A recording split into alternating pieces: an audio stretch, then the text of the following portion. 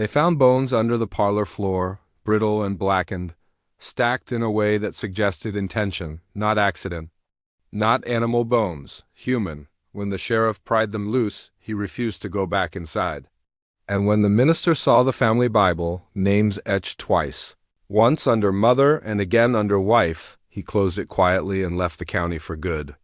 What happened on that ridge in '88 was so unspeakable, so unholy, that the town clerk rewrote whole pages of the census. But one marriage certificate remained, inked in shaking cursive, and it bore two names, the same surname repeated, Elbridge. Hello everyone. Before we begin, don't forget to like this video, subscribe to the channel, and tell us in the comments where you're watching from. It helps the story reach more people, and trust me, this is one you'll want others to know. Bloodlines in isolation. There are places in America where bloodlines curl back on themselves like coiled serpents. Tight, unyielding, feeding off their own histories. Deep Appalachia is one such place. Walled in by mountains, cut off by poverty, and bound by tradition, many families never move far. They didn't need to. Everything, land, kin, even faith, was kept close. But the story of Elijah Elbridge did not come from hardship. It came from devotion, the kind that warped into something darker. Elijah was born in 1858 in a hollow no one mapped, a child with hair so pale the midwife swore he looked baptized before the water touched him. His father was absent, gone before Elijah could speak. His mother, Margaret Elbridge, was 33, unmarried, and whispered about in town as the Pale Widow, though no one could recall a husband's grave.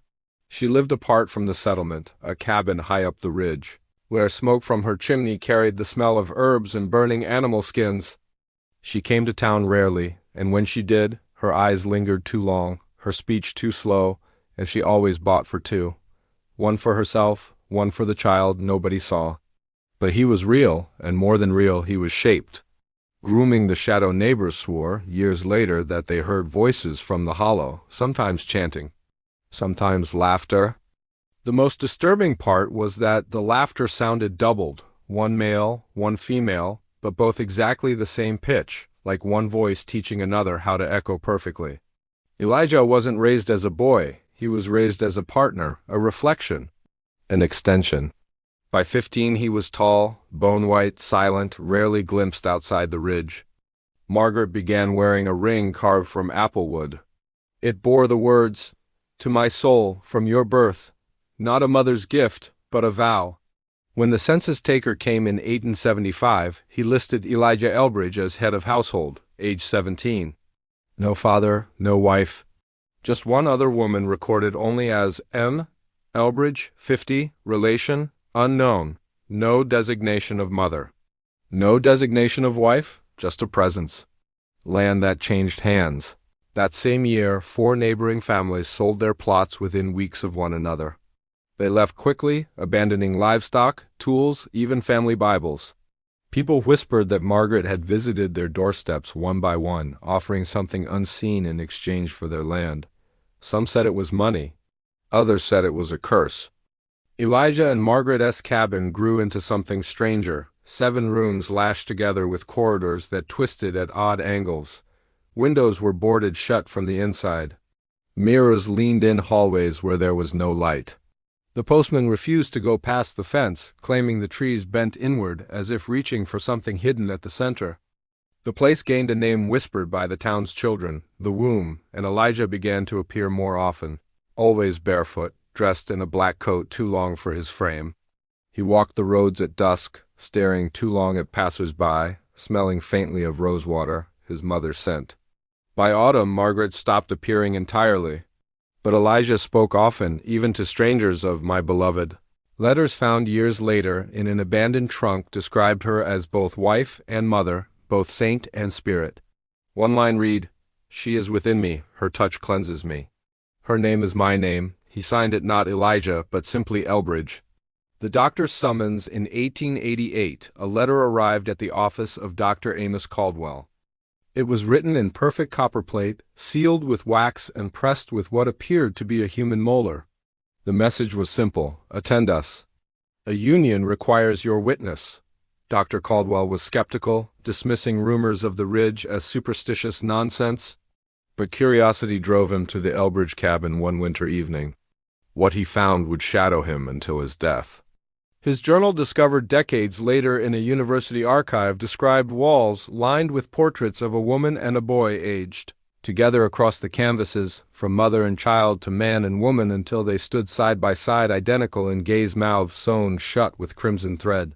In an upper chamber, Caldwell wrote of dolls made of straw and bird bones, each one with Margaret's face painted in soot. In the cellar, the floor gave way to tunnels.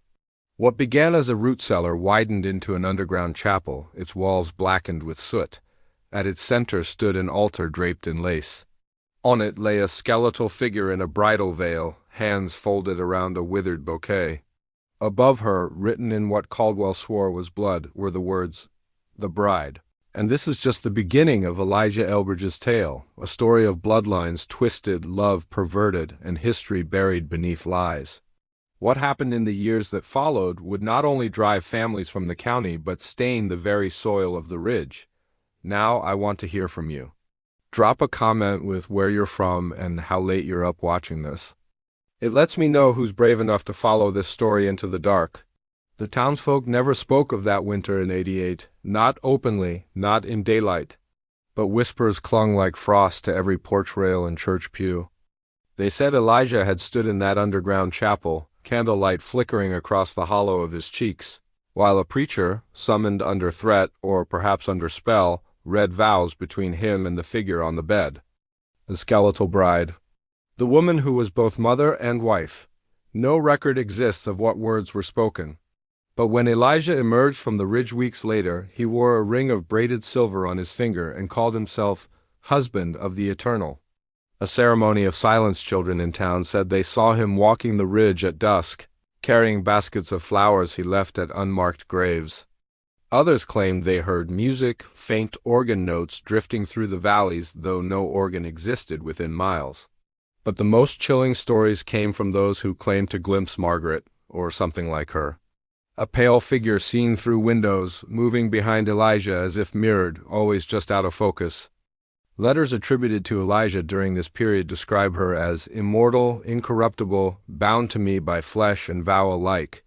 One reads, "She has passed into bone, but bone remembers. She walks with me, though her feet do not touch earth. Her breath warms me, though her lungs are stilled. We are one, mother and wife, eternal, the children of Elbridge." By the early 1890s, rumors spread that Elijah was not alone in that labyrinth of wood and soil.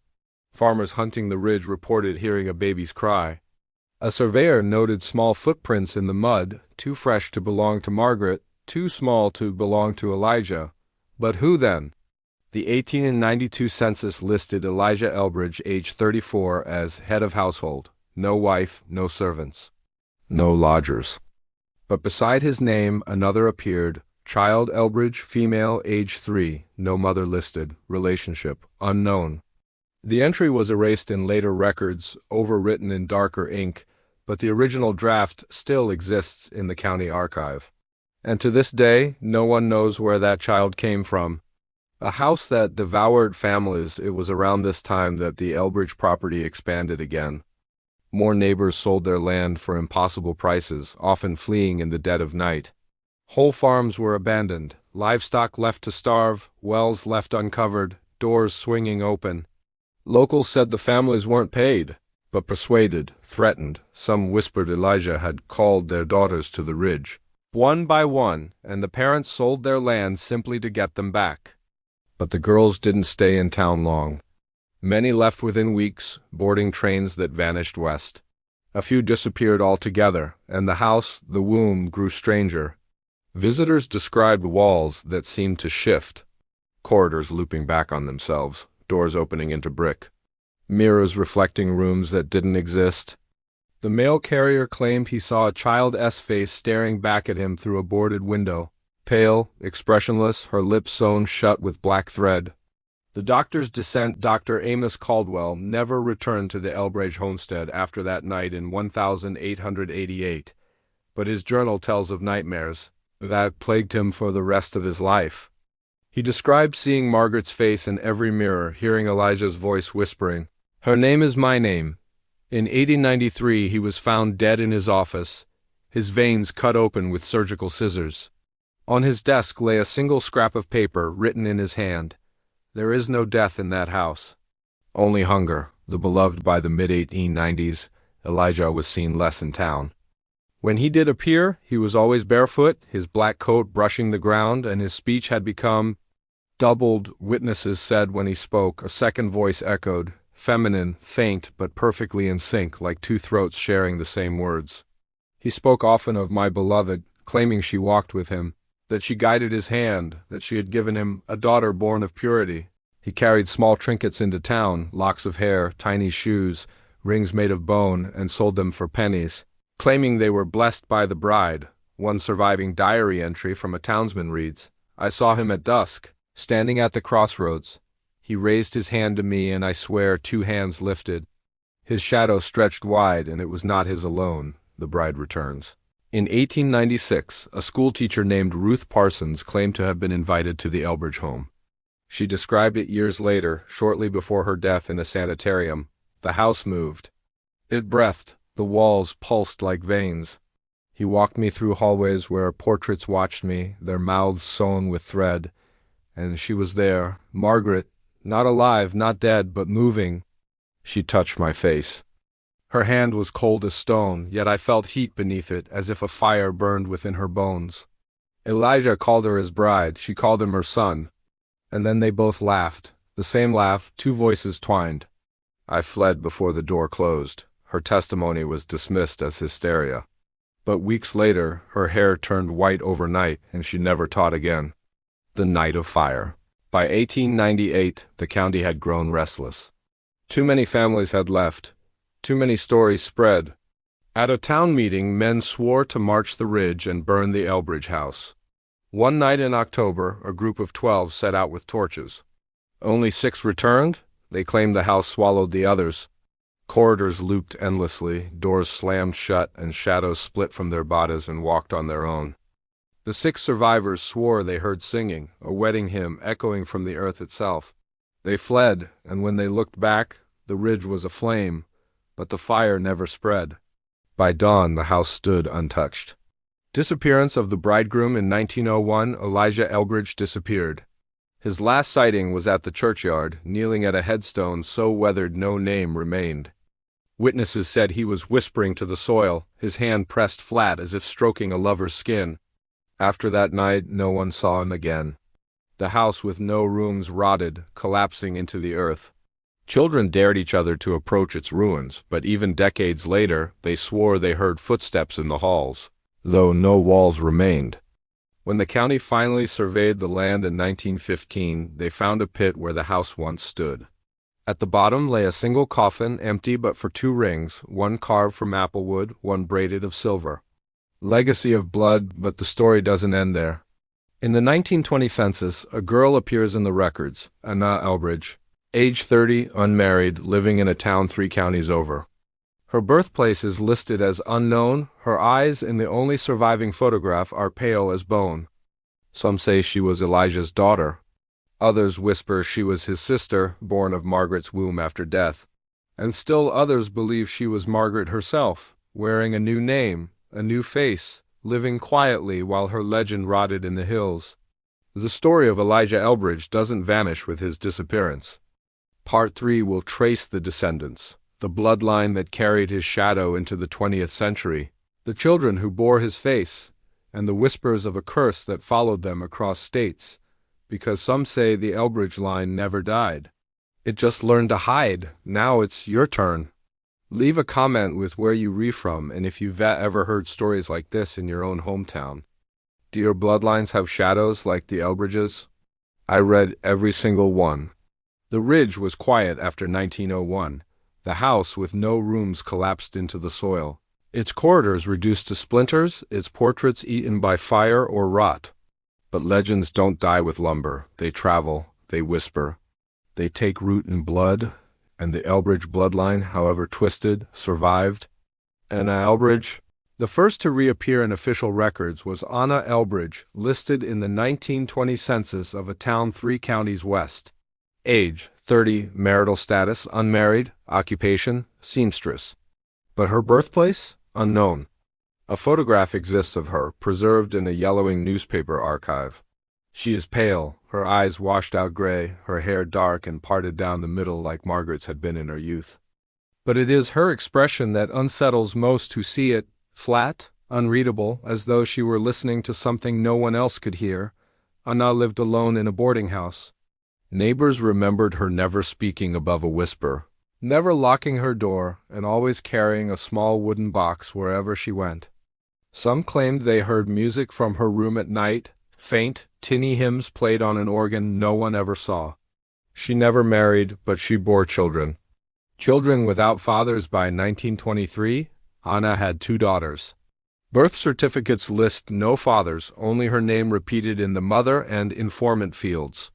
The eldest, Clara, was quiet, pale, and avoided the sun. The youngest, Miriam, was prone to sudden laughter, bursts of sound that startled neighbors in the dead of night. One boarding house tenant swore she heard Miriam laughing in 2 voices at once, one higher, one lower, perfectly synchronized. By 1927, Anna vanished. Her room was found stripped bare, except for the wooden box left on the bed. Inside, 2 rings, one carved from apple wood, one braided silver. Clara and Miriam were sent to an orphanage in Kentucky. The orphanage records from St. Agnes Orphanage described the Elbridge sisters as peculiar. Clara rarely spoke, and when she did, it was often in riddles. Miriam, though younger, seemed to command her. Staff noted the girls often spoke in unison, their voices overlapping in unsettling harmony. At night, the girls were discovered digging small holes in the yard, burying dolls made of straw and bone. In 1932, Clara disappeared. The orphanage reported her as a runaway. Miriam claimed she hadn't left, only gone beneath. Staff dismissed it as childish nonsense. But in the weeks that followed, several children complained of seeing Clara's face in mirrors, pale and expressionless, standing just behind their reflections. Miriam was adopted by a family in Ohio shortly after. The orphanage burned to the ground a year later. Miriam's line Miriam grew to adulthood quietly. She married a factory worker named James Wilcox, though neighbors claimed she never took his last name. They had 3 children, each pale as bone, each with eyes that lingered too long when meeting another's gaze. But what unsettled the community most was their home. Like Elijah before her, Miriam built additions that made no sense, hallways that looped, staircases that ended at walls, mirrors hung in closets, doors nailed shut. One neighbor recalled visiting in 1944 and hearing voices from the basement, chanting, laughter, crying. When she asked who else was there, Miriam only smiled and said, "We are never alone." By the time Miriam died in 1951, her children had already scattered. But each carried with them the same shadowed habits, the same whispers of the bloodline. The twins. The most infamous of Miriam's children were the twins, Ruth and Samuel. Born in 1935, they were inseparable. Teachers described them as bright but disturbing. They spoke in perfect unison, finished each other's sentences, and often insisted on being graded as a single unit. In high school, classmates reported seeing them walking hand in hand, staring without blinking, whispering in what sounded like another language. In 1952, Samuel drowned in a quarry. His body was pulled from the water, but Ruth swore he wasn't gone. She insisted he still spoke to her, still stood beside her. She left an empty chair at every table, an empty bed beside hers. Neighbors claimed she grew thinner, paler, and began wearing a ring carved of wood. One night in 1955, she was seen walking barefoot in the snow, holding hands with no one. She vanished. Only her footprints remained, 2 sets, though only one body had walked the snow. A bloodline that follows. The Elbridge descendants scattered across Appalachia and the Midwest, often changing names, marrying into other families, but always leaving traces. Strange census records listing fathers as unknown, births where the mother's maiden name matched the surname of the child's father. Houses with labyrinthine additions, corridors ending in mirrors, basements dug deeper than necessary. In 1968, a journalist traced the lineage back to Elijah. His article, The Bridegroom of the Ridge, ran in a small-town paper. He claimed that dozens of Elbridge descendants still lived in secrecy, many unaware of their connection. But before he could publish his follow-up piece, his home burned to the ground, the article drafts inside reduced to ash. All that survived was his notebook, found years later in a box of estate papers. The final entry reads, "The line is unbroken. They marry themselves. They are their own shadow. Her name is their name. The curse, those who believe the Elbridge bloodline, continues point to patterns that reappear with every generation. The doubled voice, children speaking in unison with no one present. The smell of perfume, roses or lilacs, lingering in rooms with no flowers. The mirrors, always too many, always positioned wrong. The disappearances, family members vanishing without trace as if swallowed by the earth." Skeptics dismiss these stories as folklore, a mix of poverty, isolation, and rumor. But believers say the curse is real, not a haunting, but a blood that cannot escape itself.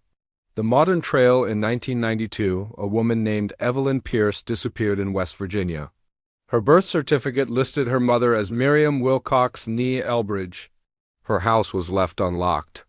Inside, investigators found dolls made of corn husks and animal bones. Mirrors were stacked in closets, their surfaces covered with cloth.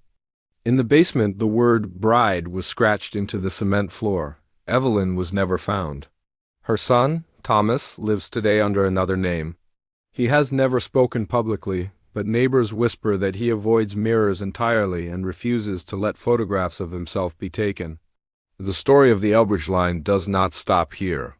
Part 4 will explore the final legacy, modern sightings, DNA tests that reveal impossible overlaps, and the persistent rumor that somewhere in Appalachia, the Elbridge house with no rooms is being rebuilt. Because some say Elijah never vanished, he simply became many. Now it's your turn. Drop a comment with where you rewatching from, and if your family has its own ghost stories or secrets that never made the history books. The Elbridge line may not be the only one hiding in plain sight. The Elbridge name vanished from official records after the 1970s, but names are only paper. Blood is something else. Blood remembers, blood repeats. And those who study the Elbridge line say the story did not end in the mountains. It followed highways, rail lines, marriages, and secrets, weaving itself into families that don't even know what they carry. Some say the bloodline is scattered across America. Some say it's still concentrated, hidden in a hollow where the map fades. But everyone agrees on one thing: the Elbridges are not gone. The DNA puzzle in 2003, a university genetics study analyzed samples from isolated Appalachian communities. One family, recorded under a different surname, showed anomalies, markers that repeated across generations, too closely aligned to be natural. The report never named them. But researchers noted that the family's history traced back to a woman born in 1869 in Blue Ridge Country, the same year Elijah Elbridge's mother, Margaret, was recorded as living alone on the ridge. The findings were buried in academic journals, unnoticed outside small circles. But those who read them whispered, the Elbridge bloodline never broke itself apart. It folded inward again and again like paper creased until the edges touched. Modern sightings locals in western Appalachia still speak of the bridegroom's hollow. They warn children not to wander there after dark, not to pick the wild roses that grow in unnatural clusters, not to stare too long at the windows of abandoned houses. Hikers report strange encounters. A man in a black coat, barefoot, walking along ridgelines, his face pale, his hair dark. When greeted, he says nothing. Some swear he speaks, but in two voices overlapping, one male, one female. Others claim to see a woman standing in the tree line, veiled, silent, her hands folded as if in prayer. Always at dusk, always near where the Elbridge house once stood. The rebuilding in 2012, surveyors mapping the ridge discovered something startling. Fresh lumber, newly cut corridors nailed together in patterns too familiar to ignore. The structure was incomplete, a skeleton of beams and boards, but its angles echoed descriptions of the Elbridge labyrinth, doors leading into nowhere, staircases rising into nothing. No one claimed the work. No construction permits existed. The surveyors returned a week later, and the beams were gone, as if dismantled overnight. But photographs remain. When analyzed closely, one image shows a shadow standing in a doorway where no wall exists.